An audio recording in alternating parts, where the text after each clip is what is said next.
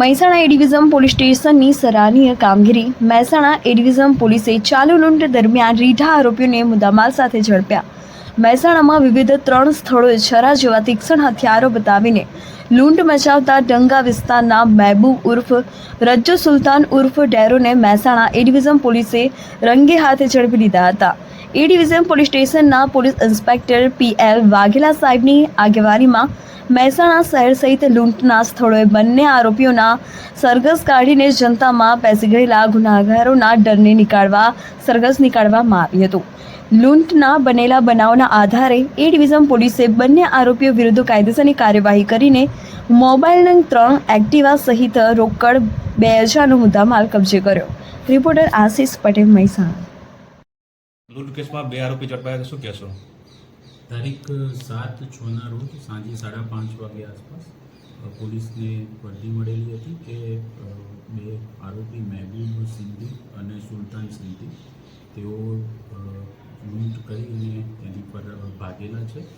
જે બાબતે પોલીસે તપાસ કરતા પ્રફુલભાઈ રાયચંદભાઈ દેવી પૂજક તેઓની પાસેથી શાલીમાર સોસાયટી પાસેથી આ બંને ઈસમોએ તેઓને ધમકી આપી, છરો બતાવી અને 2000ની કિંમતનો તેઓને એક મોબાઈલની લૂંટ કરી અને ત્યાંથી ફરાર થયેલા હતા.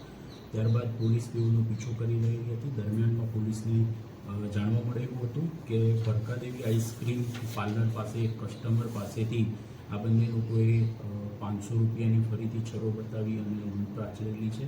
ત્યારબાદ ત્યાં જ બીજા એક જે આઈસ્ક્રીમના ટેમ્પો ચાલક હતા તેની પાસેથી પણ તેઓએ 900 રૂપિયા બળજબરીપૂર્વક પડાવી લીધેલા છે, ઝૂંટવી લીધેલા છે. ત્યારબાદ એ જ દિવસે મહેશકુમાર દેવી પૂજક કે જેઓ એક પેટ્રોલ પંપ ઉપર પેટ્રોલ ભરાવવા માટે થઈને ત્યાં ગયેલા હતા. તે દરમિયાન આ લોકો ત્યાં પહોંચેલા હતા અને મહેશભાઈ પાસેથી પણ સેમસંગ કંપનીનો મોબાઈલ અને 600 રૂપિયાની લૂંટ કરી અને ત્યાંથી ફરાર થવાની તૈયારીમાં હતા. તે દરમિયાનમાં અમારા PIની સુપરવિઝન હેઠળ અમારા 3 પોલીસ જવાનો પિયુષકુમાર, દિનેશભાઈ અને ઇન્દ્રવદન તેઓ તાત્કાલિક ત્યાં પહોંચી અને તેઓની અટકાયત કરેલી હતી અને તેઓને પોલીસ સ્ટેશન લાવી રાઉન્ડઅપ કરીને તેઓની પૂછપરછ ચાલુ કરેલી હતી. ત્યારબાદ આ 3 ફરિયાદીની પોલીસ દ્વારા ફરિયાદ દાખલ કરવામાં આવેલી છે અને આગળ રિમાન્ડ મેળવી આ લોકોની અત્યારે અરેસ્ટ કરી અને આગળની કાર્યવાહી કરવામાં આવી રહેલી છે. દરમિયાનમાં જાણવા મળ્યું હતું કે આજ જે આરોપી છે રીજ્જુ સિંધી કે તેણે તારીખ 5 જૂનના રોજ પણ ગંજ બજાર શાક માર્કેટમાં એક ચાવડા નીતિનભાઈ કરીને છે તેઓની સાથે તેઓની રિક્ષાની તોડફોડ કરી અને 5000 રૂપિયાની તેઓની પાસેથી તેઓને રિક્ષાનું નુકસાન કરેલું હતું અને ત્યાં જાહેરમાં માથાકૂટ કરેલી હતી.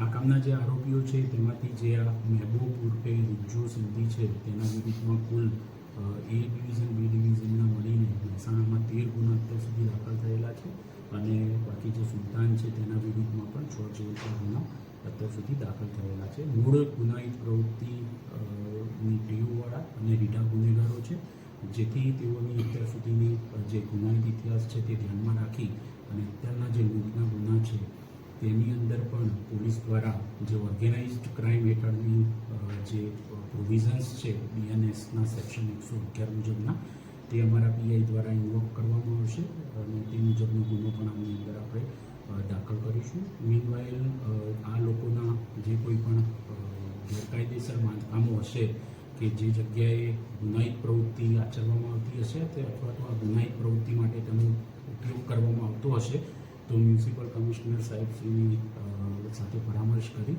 અને તેના પણ નિકાલ કરવાનો, તેનું ડિમોલિશન કરવાની કામગીરી પણ પોલીસ દ્વારા અત્યારે કરવામાં આવશે.